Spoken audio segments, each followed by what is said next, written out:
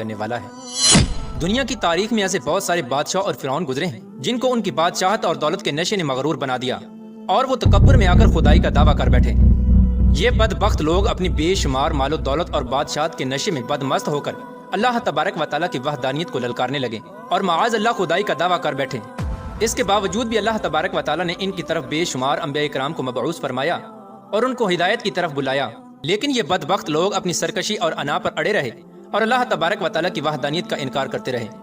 پھر جب یہ لوگ قابل ہدایت نہ رہے تو اللہ تبارک و تعالیٰ نے ان بدبخت لوگوں کو عبرت کا نشان بنایا اور ان لوگوں کو تباہ و برباد کر کے رکھ دیا اور ان لوگوں کے نام و نشان کو صفحہ ہستی سے مٹا دیا۔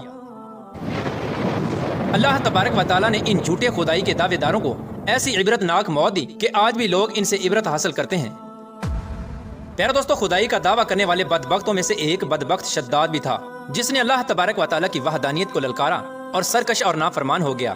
پیارے دوستو، شداد کون تھا اور کس طرح اس نے اللہ تبارک و تعالیٰ کی نافرمانی کی اور خدائی کا دعویٰ کیا، اور کس طرح اس نے دنیا میں اپنی جنت تیار کی اور اس کی بنائی جانے والی جنت کتنے سالوں میں تیار ہوئی، اور پھر اللہ تبارک و تعالیٰ نے اس بدبخت کو کس طرح دنیا کے لیے عبرت کا نشان بنایا اور اس بدبخت کا انجام کیا ہوا، اور پھر کس طرح ملک الموت علیہ السلام نے دردناک طریقے سے اس کی روح قبض کی۔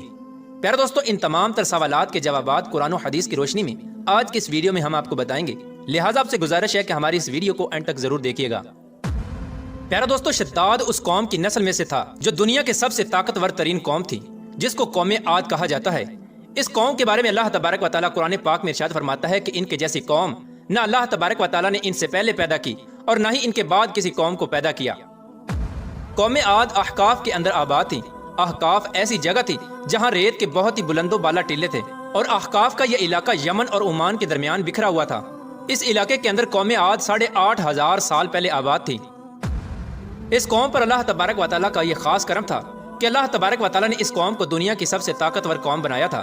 اس کے ساتھ ساتھ اللہ تبارک و تعالیٰ نے اس قوم کو سرسبز و شاداب باغات اور وافر مقدار میں کھیت عطا فرمائے تھے۔ اس قوم کے پاس بے شمار جانور تھے اور پینے کے لیے میٹھا پانی تھا۔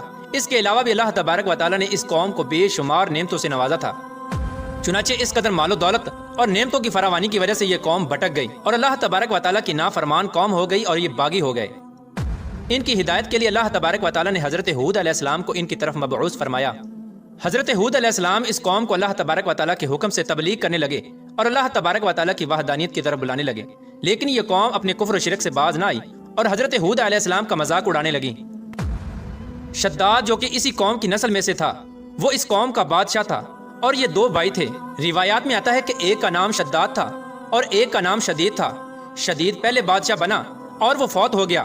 اس کے فوت ہو جانے کے بعد شداد نے حکومت سنبھالی اور اس طرح یہ دنیا کی سب سے طاقتور قوم عاد کا بادشاہ بن گیا۔ پیارے دوستو، شداد ایک وسیع و عریض سلطنت کا بادشاہ تھا۔ شداد کی یہ بادشاہت یمن سے لے کر عراق تک اور بعض روایات کے مطابق ایران تک پھیلی ہوئی تھی۔ شداد نے اپنی طاقت کے زور پر بڑے بڑے بادشاہوں کو اپنے زیر کر لیا تھا۔ چنانچہ اس بدبخت کو حضرت ہود علیہ السلام نے سمجھانے کی بہت کوشش کی، لیکن اس کا دل بھی بند تھا۔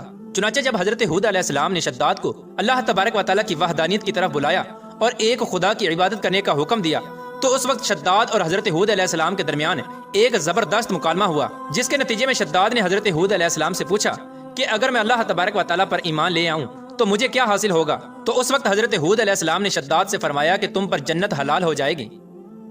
جنت کا نام سنتے ہی شداد حضرت ہود علیہ السلام سے پوچھنے لگا کہ یہ جنت کیا ہے؟ تو حضرت ہود علیہ السلام نے شداد کو جنت کا نقشہ بتایا اور جنت کی نعمتوں کے بارے میں شداد کو بتایا۔ حضرت ہود علیہ السلام کی یہ بات سن کر شداد مسکرانے لگا اور حضرت ہود علیہ السلام کو دیکھ کر کہنے لگا کہ یہ کون سی بڑی بات ہے، ایسی جنت تو میں بھی تیار کر سکتا ہوں۔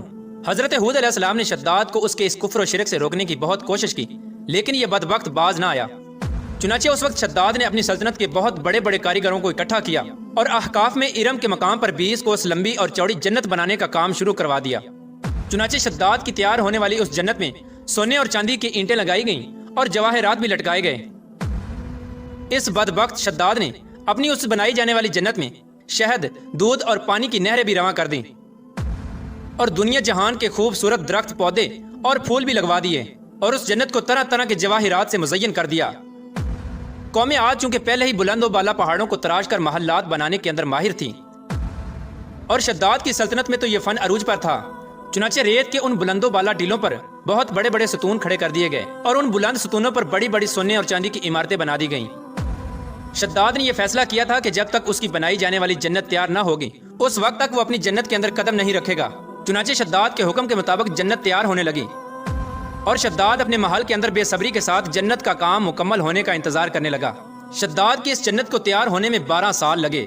12 سال کے اندر جب یہ جنت مکمل تیار ہو گئی اور اس کو طرح طرح کے ہیرے جواہرات سے مزین کر دیا گیا اور طرح طرح کی خوبصورتی سے مزین کر دیا گیا، تو اس وقت شداد کو اس کی جنت کے تیار ہونے کا پیغام پہنچا دیا گیا۔ چنانچہ شداد جنت کے تیار ہونے کا پیغام سنتے ہی بہت خوش ہوا اور شداد اپنی جنت کو دیکھنے کے لیے اپنی فوج کو ساتھ لے کر جنت کی طرف نکل پڑا۔ چنانچہ شداد ابھی جنت کے دروازے پر پہنچا ہی تھا کہ اس نے اپنے سامنے ایک شخص کو کھڑا دیکھا۔ شداد اس شخص کو دیکھتے ہی پہچان گیا اور اپنے حواریوں سے کہنے لگا کہ یہ شخص مجھے جنت میں داخل نہیں ہونے دے گا۔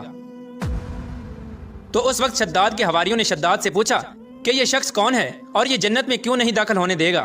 تو اس وقت شداد نے اپنے حواریوں سے کہا کہ یہ ملک الموت علیہ السلام ہیں جو کہ میری روح قبض کرنے کے لیے آئے ہیں اور یہ مجھے جنت میں داخل نہیں ہونے دیں گے۔ اس وقت شداد بدبخت ملک الموت علیہ السلام سے عرض کرنے لگا کہ مجھے صرف اپنی جنت میں قدم رکھنے کی مہلت دے دی جائے، لیکن اللہ تبارک و تعالیٰ کی طرف سے مقررہ فرشتے نے جواب دیا کہ مجھے اللہ تبارک و تعالیٰ کی طرف سے حکم ہے کہ میں تجھے تمہاری جنت کے اندر قدم نہ رکھنے دوں۔ شداد ملک الموت علیہ السلام کے سامنے بہت رویا اور گر گڑایا، لیکن ملک الموت علیہ السلام نے اللہ تبارک و تعالیٰ کے حکم کی تکمیل کرتے ہوئے شداد کی روح قبض کر لی۔ چنانچہ شداد کی موت کے بعد حضرت جبرائیل علیہ السلام نے ایک زوردار چیخ ماری اور شداد کی بنائی ہوئی ساری جنت زمین کے اندر دھنس گئی اور غائب ہو گئی۔ شداد کی اس عبرت ناک موت کے بعد حضرت ہود علیہ السلام نے قوم عاد کو بارہا مرتبہ سمجھایا، لیکن قوم عاد باز نہ آئی۔ حالانکہ شداد کا یہ انجام قوم عاد کے لیے کافی تھا، لیکن جب انسان کی عقل پر غرور کا پردہ ہوتا ہے تو چاہے شداد ہو یا شدید، اس کو کسی کام کا انجام دکھائی نہیں دیتا۔ حضرت ہود علیہ السلام نے قوم عاد کو شداد کا انجام بتا بتا کر ڈرانے کی کوشش کی، لیکن قوم عاد باز نہ آئی اور اسی طرح اللہ تبارک و تعالیٰ کی نافرمانیاں کرتی رہی، یہاں تک کہ حضرت ہود علیہ السلام مایوس ہو گئے۔ اس وقت جب قوم عاد قابل ہدایت نہ رہی تو اللہ تبارک و تعالیٰ نے حضرت ہود علیہ السلام کو حکم دیا کہ وہ اپنے ساتھیوں کو لے کر اس علاقے سے چلے جائیں۔